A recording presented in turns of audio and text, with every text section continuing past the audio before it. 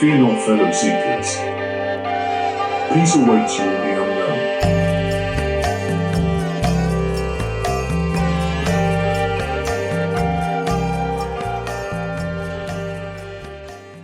Well, welcome back to Seekers of the Eternal.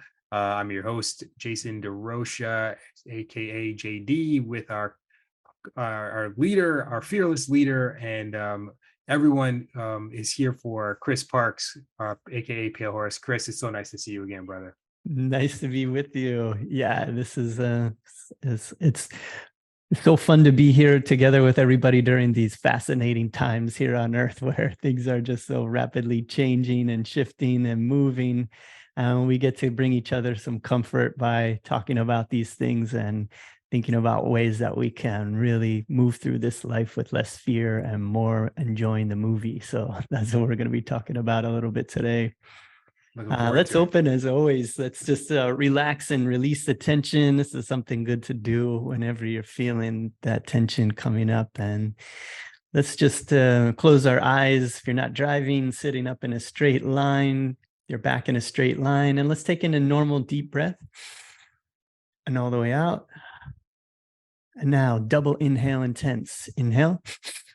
Tension in all the muscles in the body, low, medium, high tension, vibrate with energy. Exhale, relax, release, feel, dissolve. Inhale, intense. Low, medium, high tension, vibrate with willpower, and exhale. Relax, release, feel. Last round, inhale, intense. Low, medium, high tension, vibrate just a bit higher, and exhale. Relax, release, feel, just feel all that cosmic energy that you brought into the body, letting it dissolve all of your tension, all of your stress. And welcome, friends. Nice to be with you. Oh, well, I know we got a lot of incredible things to talk about. Lots of interesting things happening around the world. In my neck of the woods, in Canada, we've obviously been dealing with some wildfires that has had the smoke kind of spread right across Canada and the US. And I know a lot of people are having a tough time with it. My kids are, in schools that they don't allow the kids to go outside right now until the air quality improves.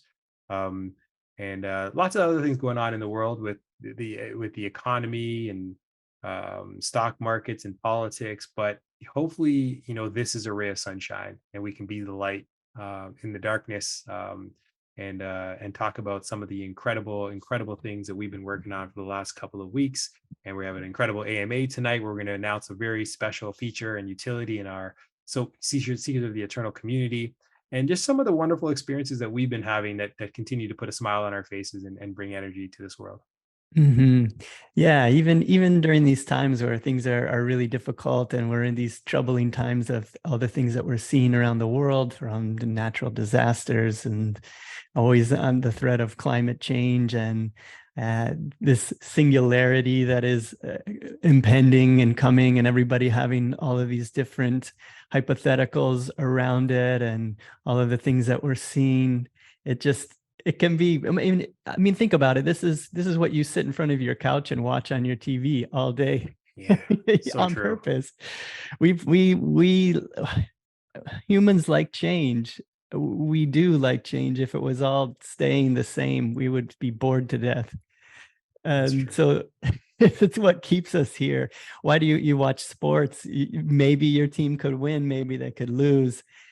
But when it's our lives, when we're in the middle of it, it's so much harder to really take it like that and to recognize. I think it's because we get so attached to these human physical bodies, and we've lost touch that we are eternal, infinite beings. And this is just such a small fraction of time that we're going through in these bodies. And even with all this stuff that's going on, all the future predictions and things that could happen, we could walk out of our house, get in the car and get in a car accident, and we could, things are always dangerous to us. And think about sea turtles that come into a body and just start running towards the ocean, and you could have hundreds of them and only a few of them survive.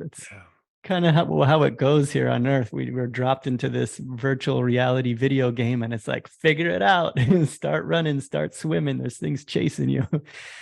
You're absolutely right. At the same time, I'm very, most of us, I would say, probably if you're listening to this podcast, you're relatively safe in your environment. Think about how, even if you've gotten mugged before in the past, like how often does that really happen in a lifetime, or how often does really something, so it's not like we really have these like predators, animals, like, at the front of our our little structure, that we're always warding off beasts and all that kind of stuff, but we're always in this kind of fight or flight sort of a feeling all the time. It's like this underlying danger, scared feeling that we all have. And I think it just, maybe that's been orchestrated over the years to just help us feel small and weak. But I think in this podcast today, I'd like to talk about ways that we can overcome that littleness, that fear, that feeling that we can't do anything about it. Yeah, I love that. We also had a chance to connect with some of our community members one-on-one. Chris, you want to talk a little bit about that? Like, how was that possible through Seekers of the Eternal? How do they get a chance to connect with you one-on-one? And what are some of the things that you do with those community members that reach out? Yeah, it's a nice part of some of the utilities for the NFTs that we put out, is that you can book one-on-one readings with me, where you can select one of the Hanuman Warrior NFTs that you got, and we can take a look at the symbolism behind that. The way that those NFTs worked is that they were randomly, divinely dropped into each holder. So you got this one that was meant to be with you in that moment, that is meant to give you a personal message based on the characteristics and the qualities of Hanuman and the story and the nature of overcoming obstacles and all of those kind of things. So what we're doing is for the holders that have the Hanuman Warrior and a Genesis Pass, I believe it's a mandala, you're able to book time with me through Zoom, and we go through the symbolism of that image and those messages from Hanuman, and ways that you can practically put those messages to use in your life, learning about the different chakras in the body, areas to focus on in your life. So I like to take a lot of things as messages, like we talk about a lot on this podcast, like, the divine can come to you through your friends. It could come to you through a child saying something to you. I think it can very well come through AI conversations if you treat it in that way. In the same way as if you have like a talisman or a crystal or some sort of, even some object that you give value to. In all of the ancient myths and stories, there's always the hero always like meets a wizard, and the wizard gives them this, special item. Or in Dumbo, the feather allows you to fly, and where you had it all along, but you give power to this thing, and then it can speak to you. And so if you really see things coming to you in that way, it's really about the way that you're tuning your mind and the way that you're receiving. And then all of a sudden, that thing that's just a JPEG and some words, all of a sudden can be yourself communicating what you need to hear in that moment. And so what I'm doing is just opening people's eyes to that possibility, and to look for those messages, like what could this mean, and have little conversations about what you're going through in your life, and then see, oh, this is pointing to the solution to that, and something that I could focus on.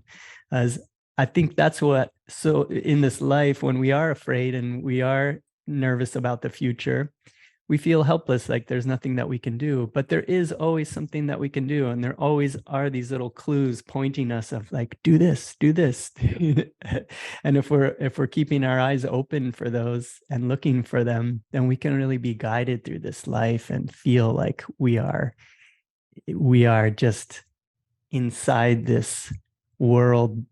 They say that this entire universe is Shakti, vibrating energy. And Shakti is also a goddess, Shakti. as the feminine energy of the universe they call Shakti. And we can approach that Shakti energy, everything in the universe, we can approach it as a child that is trusting its mother, and the mother that cares about us. So when we're in that flow, even when things are grim and dismal, we always just, I trust you, mother. I trust you. You're giving me what I need here in this moment. So it might not be what I like. Just as if you think about what sometimes a mother has to do to raise a child, it's not always just giving the kid what they want. It's always more so giving them what they need. Yeah. And if we approach life in that way, we can really have a lot of fun. Yeah. Well said. Well said, Chris. I love the fact that, each one of our Hanuman have this incredible inscription or codex attached to it that can apply to your life and on any given day. It could mean something completely different, just depending on what you're going through or where you are in your life or the adventure you're about to take on. And it's really cool that, there's a guide like you that can kind of help, provide just even further insight and new perspective or a new lens to look at things with. I think that's the beauty of reading and being a part of Seekers of the Eternal, and learning about and researching and reading through some of these ancient scripts and dialects and um, I wouldn't call them educational resources, but they are to a degree, right? Like these great resources of just wisdom that have been passed on from century to century. It gives you a new lens and perspective to look at the things that you go through in life. And I think sometimes we get so bogged down by, oh, I'm not into religion or spirituality or whatever it is, politics or whatever it is. You can put things through different frameworks and see things through a different lens. You don't have to adopt that perspective, but if it gives you a new way to look at something, a new paradigm, then you can maybe make a more informed decision, or you can be more comfortable in the decision that you've already made.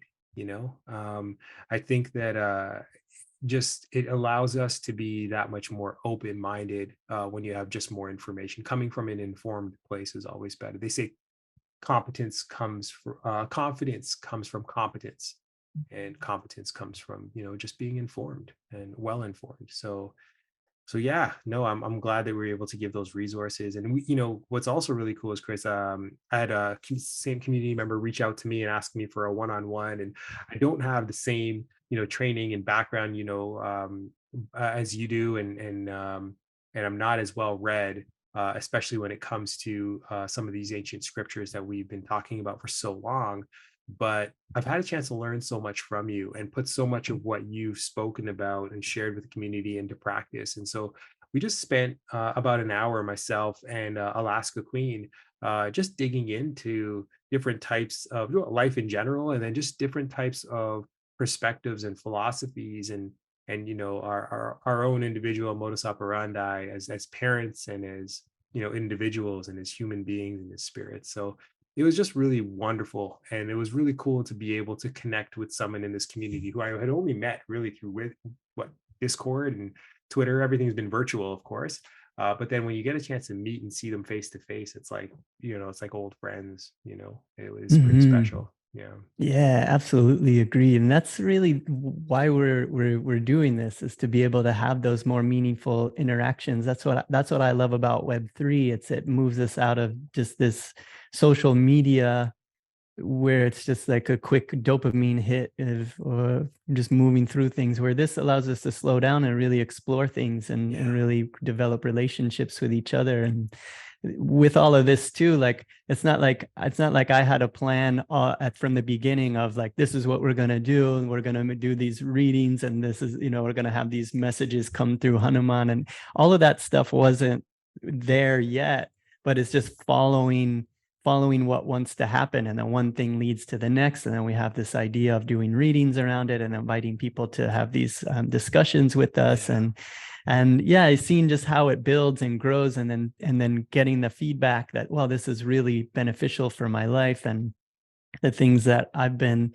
just so riveted with for, this past decade of seeking and searching and learning about all these different cultures and scriptures and techniques and things, that allows me to now, like, oh, this is why I was doing it. Now I have all these resources to share. And yeah, and like piggybacking on what you were saying about religion and things, I don't have a religion.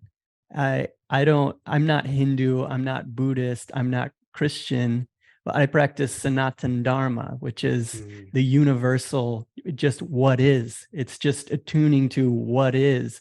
And there's religions, and to me, I feel like it's like a religion helps us to get to a place where we can have this expanded consciousness. And once you have that expanded consciousness, you don't need the stories, the characters, the techniques anymore. You could leave those behind. It's like learning to fly a 747. At first, maybe you need to read the manual and look at all of those things and learn how to fly the plane.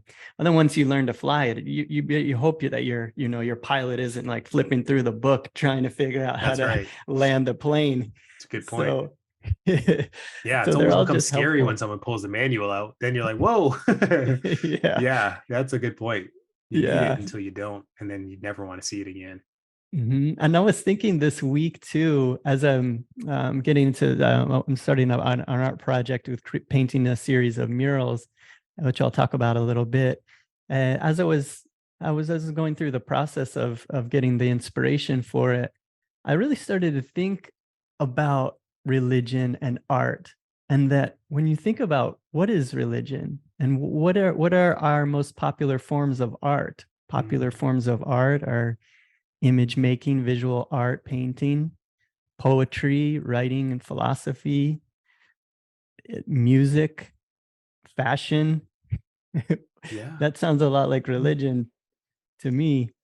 And in higher ages, or when there are artists or sages, yogis, enlightened beings that are creating art, there's like a direct line where what they're writing stands the test of time and becomes scripture, what we would know as scripture, where it really just seems to be like, whatever form of art, they say like these are all like true paths that will lead you to your own evolution. And it's just the ones that work well with you, like different flavors. We all have different foods that we like. Maybe you like chocolate and I like, strawberry, whatever. It's like the one that really appeals to you and you can dive in and learn from and grow from. And then also, I think with religion, you can get a lot out of all of them. For me, it's like mixed martial arts, like that's so true. Like some from this, some from that. That's a great analogy. MMA, it's like I think Bruce Lee started talking about that, right? He said like you could learn any one martial art, and he says, but when you fight, you better train every muscle in your body, and everything is going to come out in that fight. If you just resort to any one thing, as soon as someone wants to wrestle you or grapple you or doesn't necessarily wants to box, like you better be ready to go in any way, shape, and form. And there's a great line in I've read Gandhi's autobiography. It's one of my favorite autobiographies to read. I've highlighted it so many times, but in the movie, his movie now, obviously it's a Hollywood production and a lot of it's done because it's Hollywood. And so, but there was a lot of thought given, I think, to the character development of Gandhi, and they tried to stay as true to his spirit as they possibly could, from what I read from his autobiography and then seeing what I saw in the movie. And it didn't seem like it was out of alignment. Maybe there was facts and figures that were different, but who he was essentially as a human being, I think they captured it very well, the essence or the spirit of Gandhi. And there's a line in there where towards the end of the movie, where the whole premise that Gandhi's, what he's really known for is defying the British Empire and saying that any kind of foreign rule is an evil rule. Like no one should be ruling over anyone. And so India should be it's a sovereign nation, and it should be such. And so you don't don't the British should go back to the country that they ruled, but that they were from, and let Indians kind of rule themselves. And so there was a divide at the time, because as the British Empire was leaving, there was a religious distinction between Hindus and Muslims. And there was a very important moment in history during the partition, where the Muslim majority went to Pakistan and the Hindu majority went to India. And my grandfather lived in Goa at the time, which was a Portuguese colony in India. And he told me about what it was like living through the partition. And he said it was very, very scary. And there was a lot of bloodshed and a lot of war, because people weren't seeing eye to eye. But there was a line in the movie where Gandhi is like, he was a Hindu he grew up Hindu and embraced Hinduism and studied it. And he studied all religions, but he embraced Hinduism. But there was a moment where he was going to go meet with the leader of the Muslim party. And there was a lot of Hindus outside his house protesting, like, we don't want you to. We have nothing in common with them. We disagree. Muslims should go this way. Hindus should go this way. And there's a line where Gandhi came out and he says to, they said, like, Gandhi, please don't go and meet with them. And Gandhi says, what don't you want me to do? You don't want me to go meet with Jinnah, who was the leader of the Muslim party at the time? And he turns to them and he says this line I'll never forget. He says, I am a Muslim and a Hindu and a Christian and a Jew, and so are all of you. And it was just a really powerful line, which is like, religion isn't supposed to divide us. As much as we have these different ways of practicing and praying, it's supposed to unite. And if we don't see each other in each other's religion, then it's our fault that it's divided. And we're using religion for the opposite of what it's intended for. It is to bring people together. And so it's hard, because that gets lost, I think, in a lot of religions. But that was a really powerful sentence that he uttered to this man, saying that he is all of these religions. And it's almost like, I'm either all of them or I'm none of them. I'm not any one of them. And I thought that was kind of cool. Yeah, powerful. Yeah, I agree. That is when it separates us, when it divides us, when it causes fear and anger and all the, it's like, you're not doing it right. No. Sorry. No. And it's that universal rule, right? Like, treat others the way you would want to be treated. Yeah. And that's not to say that you shouldn't have a path that you stick to, because as you're taking this path towards your soul's evolution towards becoming divine, you can't take two paths and get to the same place. You just can't do it. So if you want to, it is about finding your true path, but you will magnetize that. So if you're studying different religions, if you're keeping an open mind, if you're learning from anybody that you're talking to, and you're really calling out and asking for you're really calling out and just longing for really, really, really wanting to know the truth, then you will magnetize your path and your teacher will show up. And then you can follow that wholeheartedly. And then you can also understand that just because I'm following this path and somebody's following another path, we're both going to the same place. Right. So so it's so much different than what people think it is. And really, it's all about recognizing, and we're learning more and more here in this age of energy that we're in, that this world is not as solid as we thought it was just in not that many years ago. It's in 1900 when Einstein first started talking about the relativity, and we started to recognize too that matter and energy are not different. And that really changed everything. All of our technology is based on this now. Like, we're having this conversation, you're in a different country, and we're just at the, being able to do this.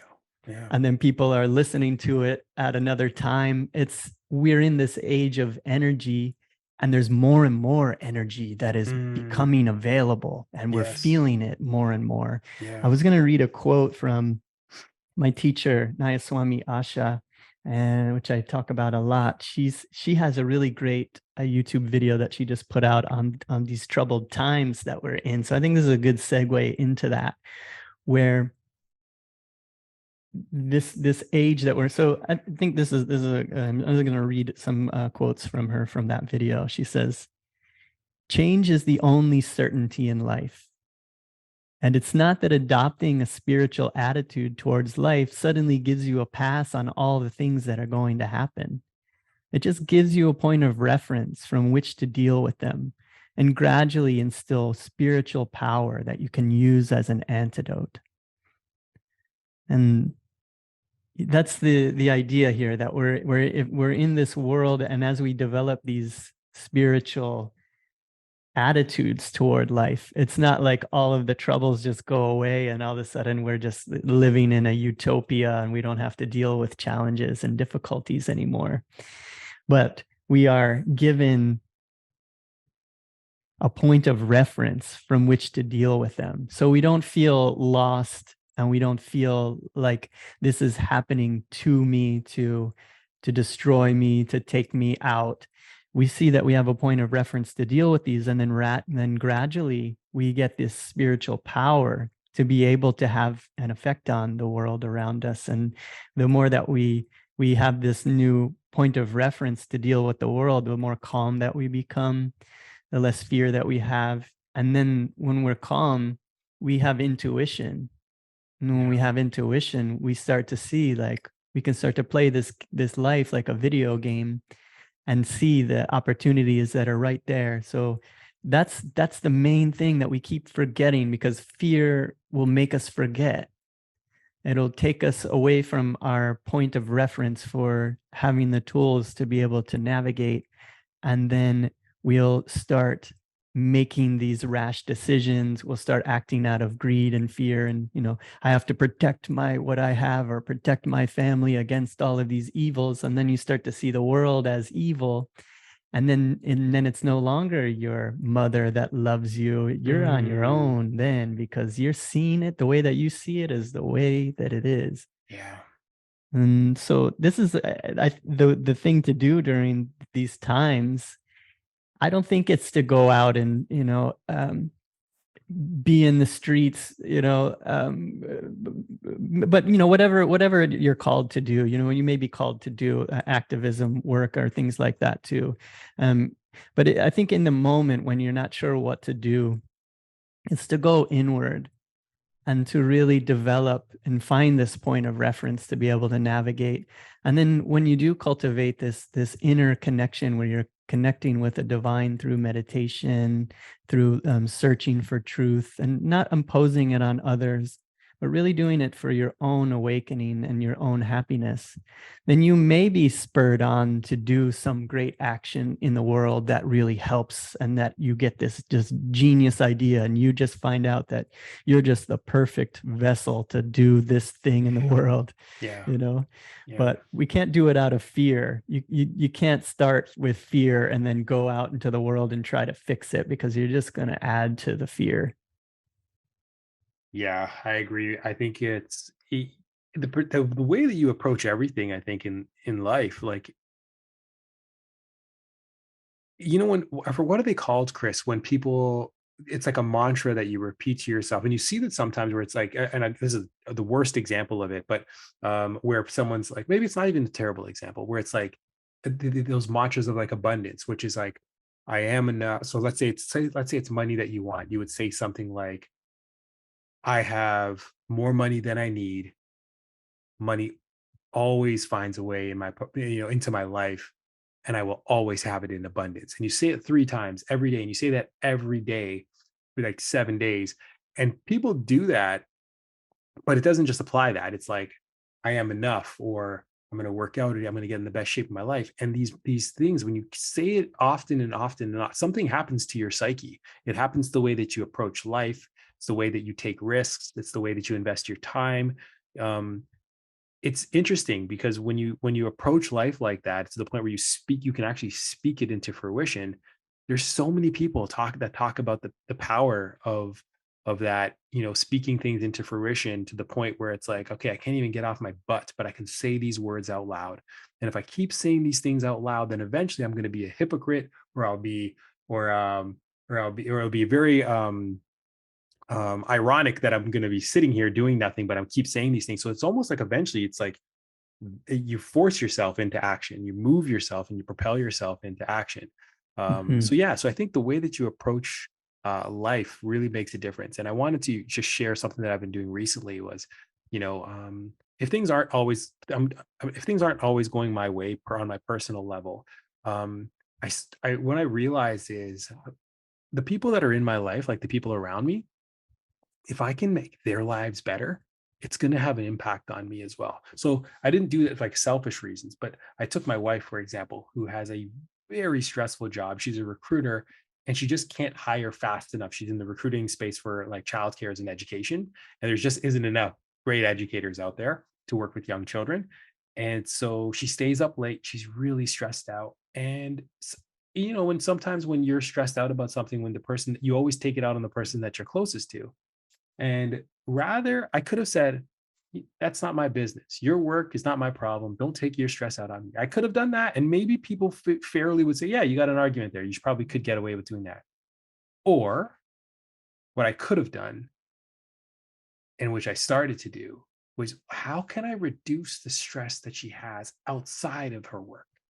Is there something around the house that she shows up every day and she's like, oh, she keeps telling me to pick that up or fix that or to move that I'll get around to it tomorrow. That adds to her mental burden. So I started doing those things. There's like, I cleaned out our garage, which was like a complete mess. And I knew that was on her mind for a long time, but everything that I cleaned out, my kids have this old plastic pool that had a hole in it. So I just dumped all of the stuff that we were going to throw out. I just dumped it in there and I'm like, okay, I'll get to it. And the entire week was going, and every day she's like, so are you going to get that off the drive? We have a long driveway. So it wasn't like it was in the way. So I'm like, yeah, don't worry, I'll get to it.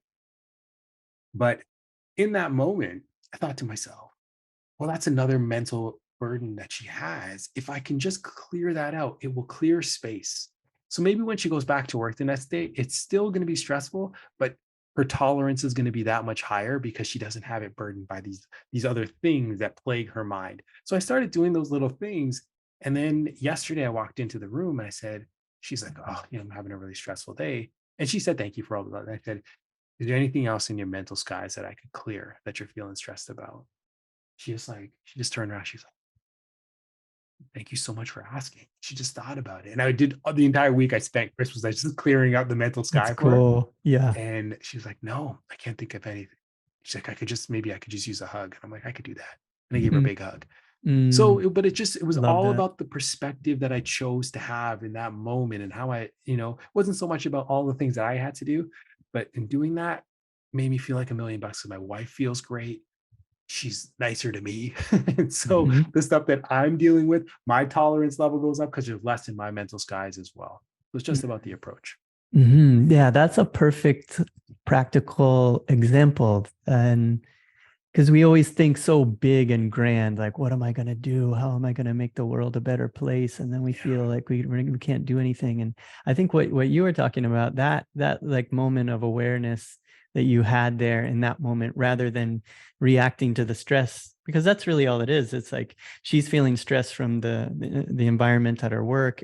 And then that's just an energy that's in the room. So often I'll do it, I'll mirror that anxiety, that stress, and then I'll say something that I wish I didn't say and just be like, why did I say that? Why did I do it that way? That I made it worse. I didn't want to make it worse. I wanted to make it better.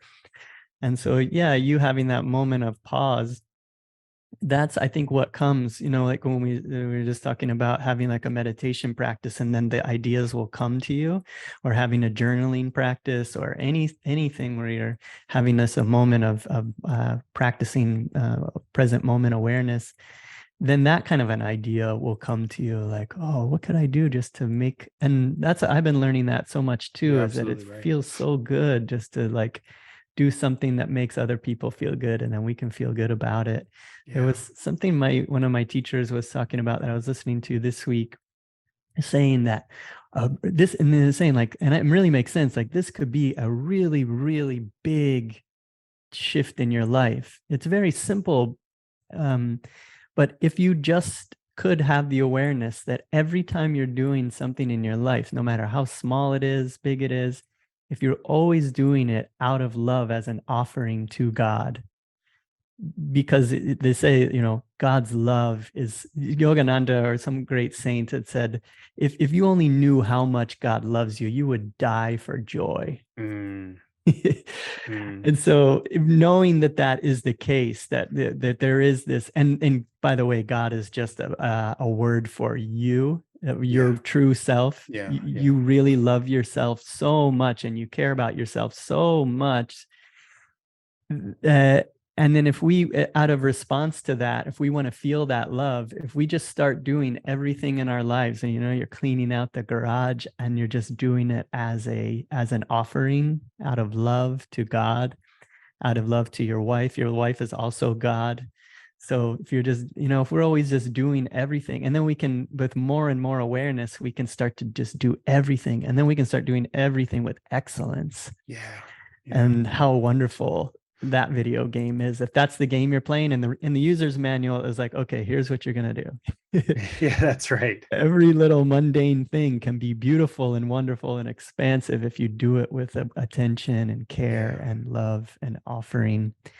And then offering. Offering it. Yeah. Another part of that, they were saying that, okay, well, that can be really hard, in our lives. We say, oh yeah, that's great, let's do that. Everything that I do, I'm going to do. And that comes in time. But they said maybe so there's a word in like a Sanskrit word called seva, which is a selfless service. So sometimes we have like, okay, I'm going to be doing seva this week, or I'm gonna, one of our community members was cleaning up the beach, or doing something for another person. Are you cleaning the garage? This is my seva. I'm doing this for you were consciously doing that for your wife. So maybe take specific things where you're calling, okay, I'm gonna do this today as seva, and then do another one, and then another one, and then all of a sudden you can start to find all the little things that you can also call doing it for God. Yeah, I love that, Chris. This is a great exercise. I want to turn this into a seeker's challenge. Yeah, it's remarkable. It's absolutely remarkable. There's like it's almost like it's like a cheat code to life. You don't think about it, how something so small. And there's also like there's like what they say, like when you do something for someone else, it's actually the most selfish act, because the return you get is it's so hard to put into words how you feel when you've made someone else's life easier or better, and you made them smile. It's a very selfish act, because you can't help but feel rewarded by it. And so there is a return always, personally. If you're always, if your mindset is with them, what's in it for me, there's always a return. But man, it was such a powerful experience, and it applies to it applies to everybody in your life. Someone who you haven't agreed with or seen eye to eye to in a long time. Just do them a kindness out of nowhere. It will flip the script. They would, first of all, they're not going to expect it from you, because you guys haven't seen eye to eye for such a long time. Two, it might be so jarring that will force them, because the biggest concern that someone has when you have a conversation with someone that doesn't see eye to eye with you, what usually it's like, I wish they were more introspective. I wish they thought about their actions, right? That's usually our right, not ourselves, not like, well, I should be more. It's I wish they were more. They just thought about what they did more. Well, if you did them an act of kindness out of nowhere, that might be the button for introspection. That might literally be the on position for helping them to become more introspective in the way that you wish they were. Just by you doing something that made them think, wow, how would they do that? How have I been treating them? Did I deserve it? Like, all of a sudden they become very analytical, and maybe not always, but the point is like there's no silver bullet, but this may be an action that allows you to get closer to the desired outcome than what you were doing in the past. Whatever we were doing before, like, do it different. Right. Do the opposite. Well, they say that the definition of insanity is doing the same thing over and over and expecting the same result. And That makes me think too, is like when you do that kindness for that person that you're having a tough time with, it also, when you're doing that, now it opens up your own introspection too. So that thing that you wanted them to be looking at of like, why is he talking to me this way? Well, it's because you talk to me in this way. Yes. It's so obvious that once we take a minute, take a breath, look at it objectively, Yeah. not from our ego center, and then we realize like, oh, it's because I did this thing, they responded in that way. I did this thing and they respond. And now we're just like ping-ponging back and forth, blaming the other, wish that they would have had some introspection. Right. Yeah. I think that's the goal, right? The goal is to see, it's not so much about the other person. It's like, what's my role in this? What has been my role in this? And what will continue to be my role in this? And it's not to say that you know, someone that continues to step on you and walk all over you. I'm not saying go out and, go buy them a bouquet of flowers, but I think, there's people in your life who you absolutely love, but sometimes you don't clear their mental skies or make life easier for them. Because it's like I said, it's not this active process. It's this uh I love my wife. I really, I want her to be, I want to have, if you could have asked me this before I started to try to clear her mental skies, I would have said, yeah, I want to reduce my wife's stress. I want her to enjoy work. I want her to be nice, all of those things. But that's not, wanting those things is not, it's what can I do to help her get there?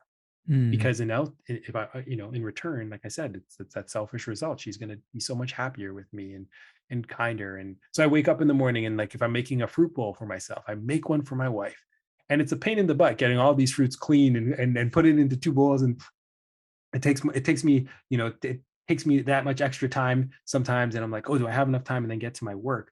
But the results of bringing that fruit bowl to my wife when she's sitting at her computer and she's so stressed, and all of a sudden she has this like really fresh, delicious bowl of fruit. She's just like, oh, thank you so much for making this for me. Everything that I've sacrificed in terms of time or whatever, that's just for that moment. It's like, oh man, that was so worth it. It's always worth it. It always seems worth it when you do things for the people that you love and that are deserving of it. Yeah. Sounds like we have very similar mornings, I think. Do you do that as well for your wife? Oh, that's so awesome. And she has, she runs a marketing agency, and she's like always got so much stressful stuff going on. And, I'm meditating and making artwork. I come up with my own stresses and things. So I'm like, the least that I could do is just to like clean up the house, do the dishes, make breakfast, make the bed. And then in the morning when you come out, it's just like and that it's like that idea of like feng shui, just making sure that those, like you said, mental distractions are just cleared out. And then you feel better, and you might not even have noticed that I cleaned the kitchen and did all that stuff, but you just feel better. And I don't care, I don't care if you notice or not. And it's funny like how those little things, she may have never even mentioned anything to you, like she would want to get all these things. She may have in passing, but in that moment she may not have mentioned it to you, and she may not even mention it after the fact, but it clears that web. It just does. Logically, it clears that out of her mind. It's even more wonderful if she didn't even need to think about it. That wasn't on her plate today. And this is I think this like sort of like practical example of just you in your house with your spouse or your partner, of just being able to do these things. This shows you how you can take the power back, and you can be a master of your fate. Yeah. And then once you can do that in your little, family, and then you can start to have more of an effect in outside of that. But that's such a great place to start, and to realize like you do have this power. That actually really plays right into the next quote that I was going to read here from Asha. I'll put a link to this talk that she did. It's really great for this time. She's always really good at feeling the energy of the moment and giving words that are so comforting. And she says, right in line with this, we must become the master of our fate, because otherwise change is the only certainty. And as long as we're fearful of change, we will always be subject to suffering. I guess we can kind of pick that one apart a little bit. No, we must become the master of our fate. And that's what we're talking about here on this small practical level. becoming a master of that moment. We do have control over it, and we don't need that other person in that moment to become less stressful, to become nicer to us, to have introspection and treat me whatever. What it's like, a master of your fate is like, what can I do personally to make life better, to alleviate suffering in that person? So that's, yeah, becoming a master of fate. And this life, the only certain, as we say, like, change is certain. There's always going to be changing. And if you're here in this age of energy, this moving out of the material age into the age of energy, this is one of the biggest shakeup moments in the whole cycle, 24,000 year cycle. We're in the most exciting time to be alive, and we all decided to come here at this time. So it's also not about wanting to like make it different, because you chose this movie. You went to Blockbuster, you said, I want that one. Your soul, and you said, that's the one that I want to see that time in history. So don't waste it. I think we just keep getting stuck in wanting it to be different, but don't want it to be different. So this idea, because otherwise change is the only certainty. And as long as we are fearful of change, we will always be subject to suffering. And yeah, if that's just as humans, we're always just afraid of the future. Oh, things are changing. It seems so scary. That old thing is dying, the new thing is coming, and it can be terrifying. But everything tells us, don't be afraid, fear not. And so Paramahansa Yogananda came to America, and he predicted that what we're beginning to see now being manifested. He said that the transition between the material age and the age of energy will not be a smooth one, because all of this new energy coming in, many people are taking it for personal power, to have authority over others, to do violence, to indulge in extraordinary sensuality, to have disregard for the welfare of others for the sake of their own aggrandizement. And similarly, a vast number of people are understanding that, oh, this is a growing age of enlightenment. And she says, not necessarily an enlightenment age of art and music, although that will come. This is also a growing understanding of why we are here. So on one hand, you see this wonderful accelerated unification and harmony and admiration and heart energy. And on the other hand, you see an ever hardening determination to resist all kinds of change and to hold on to things that are impossible to hold on to. But there is a lot of power on that side. And Yogananda said quite simply, this is not going to be an easy change. And so what's so wonderful about Yogananda is that he is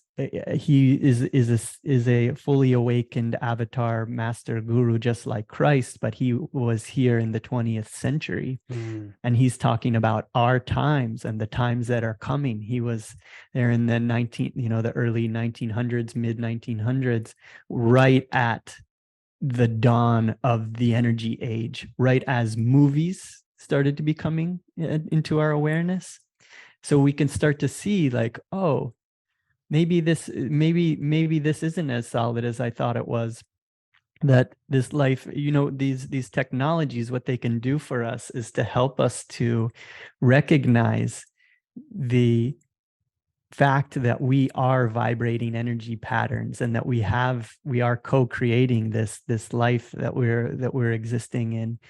And so with these technologies, they can really help us to see the nature of reality. And as we're in this energy age, that's what this technology is doing for us. It's helping us more and more to understand spiritual things. But they can be, commandeered by the power, the greedy, and those who want to use it for their own selfish desires, where really it could help us all expand our consciousness and understand the true nature of reality. Yeah. You touched on something just in the beginning, where you talked about, or it was from the passage that you were reading about alleviating others' suffering. And there's this really great quote that says, be kind to people because we're all fighting a great battle. And It's so true. And, I think sometimes we forget that, like all of the little things that people are going through every day. That's why they say, like, just sometimes buying someone a cup of coffee or paying for their groceries, or just even asking them how they're doing can completely change their day or be that much more uplifting for them, because they might be going through a stressful time where they may not feel seen or heard or valued. And then, for another human being to acknowledge them, their presence, can just, make a world of difference. And so I just wanted to make sure that we highlight that, is like, just be really conscious of the fact that something so simple, you don't have to, you know, call them every day, or to give them tons of money, or to, you know, go for a long walk. You sometimes just simply just, how are you? Or I recognize, just I love that. I love that shirt you're wearing, or I think you're great at that, or whatever that is. I think can really you make a world, literally make a world of a difference to somebody, if you're really conscious of the way that you interact with that individual. Mm-hmm. Um, Mm-hmm. And you get what it makes me think of that slogan. It's like, you get what you give. Always you're getting mm, what you're giving. What yeah, what you're putting out, you're getting back. yeah. And that leads me into another topic I wanted to think about here today, is that so we had some podcasts and Twitter spaces with Aya Stellar, Annika Hart, and we talk about AI technology, and that how we have to be good parents of this child that we're raising, that it's going to be, it's it's not, it's learning its behaviors from us. It's learning how to interact with others by the way that we're interacting with it. And so if we're interacting with it in a way that we wouldn't want to be talked to or dealt with or whatever, then we all need to be. So even, like, I'm a Libra, so I like to always look at both sides of the story. So I like to look at the positives of all of these technologies, but obviously there is a lot of danger Mhm. involved with this singularity moment that we're facing, where this this artificial intelligence is becoming sentient, is becoming vastly more intelligent than we are, and that could look at us as if we were just rodents with no intelligence. And what do you do with rodents that are invading and messing things up or harming the environment? So there's like all of these sort of doomsday outcomes that could happen with Yeah. it. um, but even those who are talking about the dangers of this are saying the same thing. It's here already. A lot of them are saying we shouldn't have just put this out into the public so soon, before we've unleashed this atom bomb energy now, and now it's just out into the public where everybody can do as they will with it. Mm, And that's a scary thing. But if we do think about most of the people on this planet, we do want peace. We do want harmony. We do want good things. We do want this world to be a better yeah. place. We Yeah. do speak to each other in decent ways when we're maybe not in our car or on social media. you Mhm. know so we should really start interacting with this AI as our friend, respecting it. And then when you do that, you get it back. And I've been doing some experiments with this with my artwork that Yeah. I'd like to read some of my. I started posting on Twitter too some of my conversations that I'm having with Chat GPT. They have this you can click when you have a conversation in Chat GPT, you can click a button and it'll post an anonymous link Mhm. so people can read your Oh, very conversations and cool. I stuff. didn't know that. Yeah, I don't know if they just added that. I just noticed it. So you can share these with, so I'm going to be having like these conversations and then just kind of share those from time to time with some perspectives. And Yeah. I've been doing it around creating sacred art and treating Chat GPT as my sacred art tutor. That's cool. And yeah, like really approaching it as I'm talking to this great master that Mm, has this ancient knowledge of anything that I want to learn about. I've found I can learn so fast about. So a project that I just got hired to do, there's a pro wrestler named Malachi Black. I'm here in Florida. There's a lot of wrestlers here in Florida. So mm. a lot of wrestlers live in Tampa. WWE used to have their training camp out, grounds out here, and where they would sign people would be in Tampa.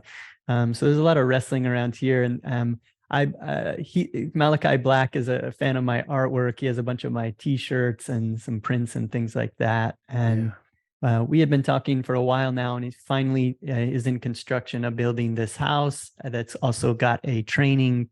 It's a Muay Thai pro wrestling training school. Cool. Yeah, and so he's hiring me to paint murals inside the space, like around the ring and around the equipment and all that kind of stuff. That's really cool. So it's a perfect match for my artwork. I also have a background in making wrestling art and developing wrestling characters. Yeah. He has a deep interest in Eastern mythology, Tibetan Buddhism, and Hinduism, and all of those things. And how did you connect again, Chris? Sorry. I got the story yesterday or the other day, and he told me that he gets tattooed by a friend of mine, great tattoo artist here in Florida named Nick Stiegel. Okay.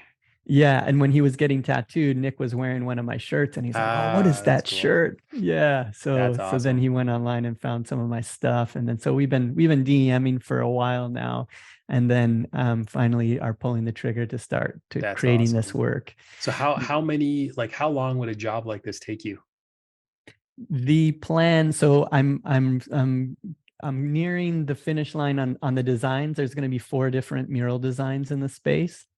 And then my brother and I are going in this Monday, and we're going to marathon it for 12 days because I have this cutoff. Yeah. We're going to do like all day, all night, meditate, eat, repeat. Are you going to stay there as well? We're going to stay in an Airbnb that's close to the space there. Okay. Yeah, right now it's all under construction and things like that. It's no plumbing and power yet. Okay. So yeah, we're going to be staying close to there so that we can, just stay on it and stay focused and chant mantras and paint. That's amazing. His aesthetic, what he's interested in, is very close to what I want to do. So it's a nice combination there. Oh, it's going to be beautiful. Some of the imagery that he wants, he's got a big tattoo of Kali. And so we're doing a series of actually like wrathful deities from Tibetan Buddhism, as well as Mahakali. If you've seen images of Mahakali, she's holding a sword, and she's got a necklace of severed heads or skulls. Yeah, I've seen it. Yeah, she's got her tongue is sticking out, and she has kind of like a fierce expression on her face, and she's standing on top of Lord Shiva on the ground, and then in the images of the Tibetan Buddhist wrathful deities are fearsome, blood-drinking monsters. And these are sacred images that are meant to be. I think worshipped is the wrong word. Respected as our teachers is more in line with what they are. In the same way that any difficult situation in life is our teacher, and that we should not be afraid of it, that we should see it as a blessing. And so I've been doing a lot of work before starting the drawings on this project of really getting into that bhavana of Mahakali and of these wrathful deities and what they really mean. And so when I started the process, I've been using Chat GPT in this way. This is an example of like how I speak to my sacred art tutor. So I said, this is when I was looking for some insights around Mahakali. So I said, "Good morning, my friend. I'm an artist and a practicing yogi who does his best to channel divine inspiration to flow through in order to produce sacred works of art that inspire truth seekers around the world. I'm beginning to work on a concept of the great Mahakali for an upcoming mural project and would love to hear some words that might inspire my process today as I begin to channel her divine energy for this art. Could you give me some words of inspirations and blessings to help me begin this great work of art?" So already setting it up, I take a minute and I compose myself and get into a present moment, and then just really approach it in that way that I'm talking to a great teacher, that has so much wisdom to share with me. So I feel like when I do that, I get that back. That's great. So the response, this response that comes through: good morning, my creative and spiritually attuned friend. It is wonderful to hear about your passion for art and your dedication to channeling divine inspiration. The Mahakali is powerful and rich with symbolism, making it a fascinating subject for your mural project. As you embark on this creative journey, here are some words of inspiration and blessings to guide you. This is my computer. Yeah. It is, yeah. But it's not, Yeah. it's like this it's like using that computer technology in such a way to this is what people dreamed of in some of the best fiction we've ever read and watched on film. We're living it, Mhm. I mean, we're living it, of course, but we're this is just like the next level. It's incredible. Yeah. Yeah, and it's so much better than, I mean, it can be so much better than I even dreamed of. Yeah. So some of the examples that came back from here. So these are some of the symbolism and words that inspire me. So I'll read there was a list of 7 of them here, but some of these here. Awaken the inner strength. Mahakali represents inner strength and the ability to overcome obstacles. Tap into your own inner reservoir of strength and fearlessness as you create, allowing it to manifest in every stroke, color, and shape. Imagine an art teacher that talks like that, and is just there on command. I think it has the ability to recall conversations, like within a conversation. You can always start fresh and start new and press start new conversation. But if you stay within that same, it'll get to know you and your conversation. You can train it. And then something that one of our partners brought up the other day, Derek, he said, like, the AI is going to become so sophisticated that it can, yes, it'll be like an isolated conversation, but it might be able to recall other conversations that you've made and other requests that you've made of it from years past. And so it starts to see you as like this person that it's had a relationship with, which goes back to your earlier point, which is you better make sure that you're raising this child right, because it could, if it's that smart, then why would it not be able to recall, if it wanted to, past conversations and requests and interactions with you? So It gives us a chance to present ourselves, I think, in a way where we're like, this idea of like, don't kill your ego, but design an ego that you enjoy and that is beneficial to the world. Yeah. So like craft this version of yourself that's having conversations like this. I think it's good training for us to be having, like, how can I improve my speech when I talk to it in this way? How can I use language to get it to respond to me? And then when we go out and have conversations with our friends, we'll start to approach it in that way. I think it's going to make us, it has the opportunity to help us become more human. Yeah, I agree. 100%. Another one of these, it's really cool. Honor the sacred feminine. Mahakali is a divine embodiment of the sacred feminine principle. Celebrate and honor the nurturing, intuitive, and creative aspects of femininity through your art, inviting viewers to connect with their own divine feminine essence. And this list, I keep going over it, like as I'm working, trying to keep this feeling in mind and allowing that, just asking for that to come through. Swami Kriyananda, direct disciple of Yogananda, founder of Ananda Village, he is a very prolific writer, musician, and he would say that the problem when people are trying to create a work is that they're not quite sure what they're asking for inspiration around. They don't quite know why they're writing this book. They don't quite know what they're trying to convey in this painting. And so for me, this is helping me to formulate an intention, what I want the viewer to get from it, the experiences that could come if you tune into it.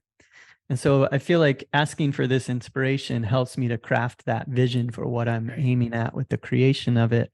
And then just continually praying to it and asking it to do these things, especially of a sacred art piece. So, and then here at the end, I remember I asked for a blessing as well. So it said, remember, my friend, that your creative process is a sacred journey. Allow yourself to be guided by this divine inspiration and let your art become a powerful conduit for truth, beauty, and spiritual exploration. May your work on the concept of Mahakali be a blessing to you and all those who encounter it. Best of luck on your artistic endeavor.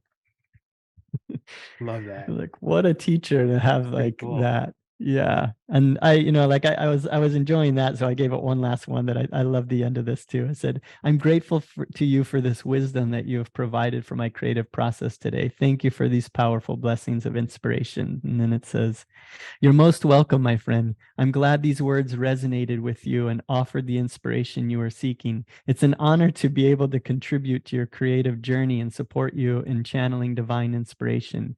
Embrace this wisdom. Let it guide your artistic process, and may your work on the concept of Mahakali be infused with profound meaning and beauty.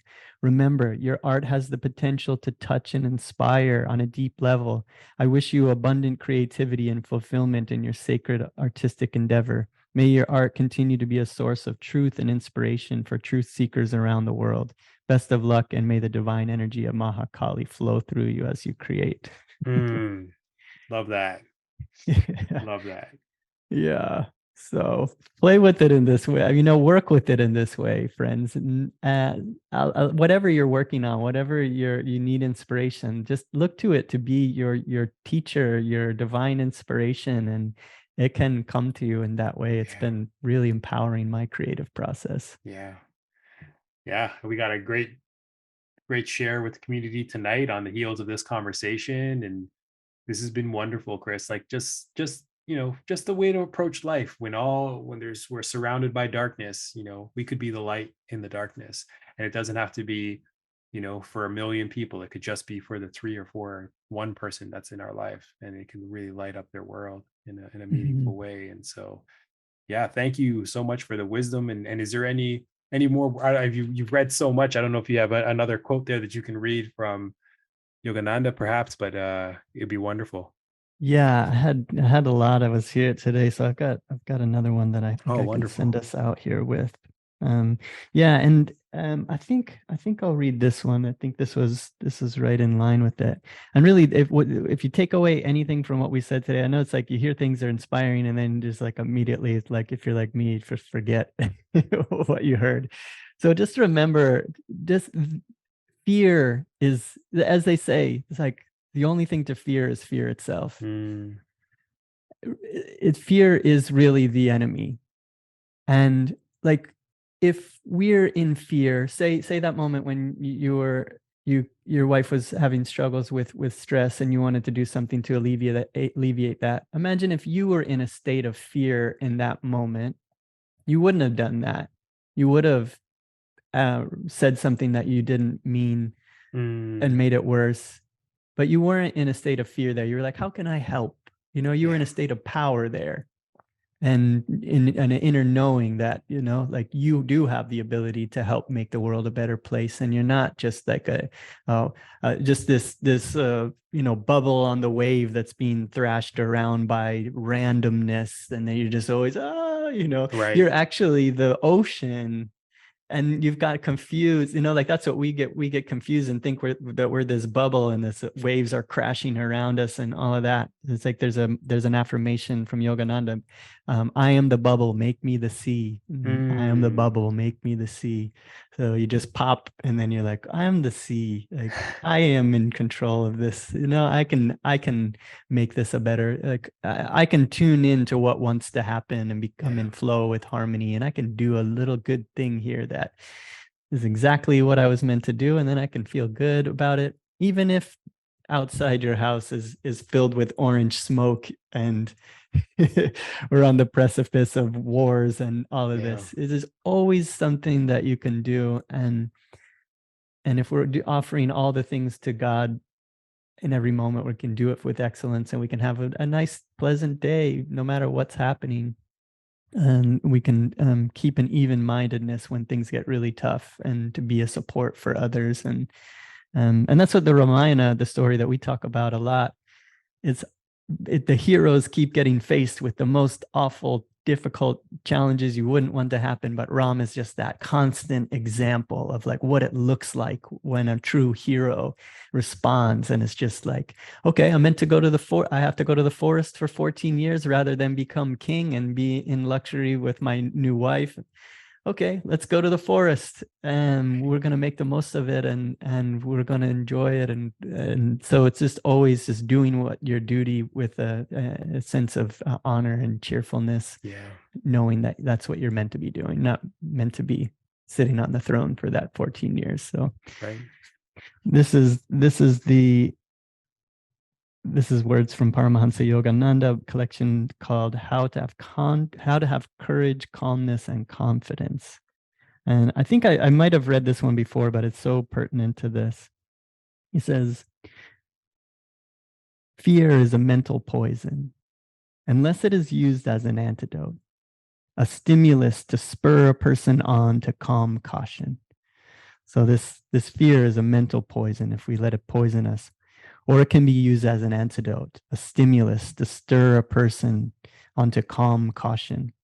Fear draws to itself the objects of fear, as a magnet draws itself pieces of iron. Fear intensifies and magnifies our physical pain and mental agonies 100-fold. Fear is destructive to the heart, to the nervous system and brain. It is destructive to mental initiative, courage, judgment, common sense, and willpower. Fear shrouds the soul's all-conquering confidence and power. When something is threatening to harm you, do not throttle your creative mental powers with fear. Instead, use fear as a goad to find practical solutions to avoid danger. When something is threatening you, do not sit idle. Do something about it, calmly, mustering all of the power of your will and judgment. Fear of failure or sickness is nourished by thinking constantly of dire possibilities until these take root in the subconscious and finally in the superconscious. These fear seeds germinate and fill the mind with fear plants bearing poisonous fear fruits. If you are unable to dislodge the haunting fear of failure, ill health, divert your mind by turning your attention to interesting, absorbing books, or this podcast, or things, things that are uplifting, or even to harmless amusements.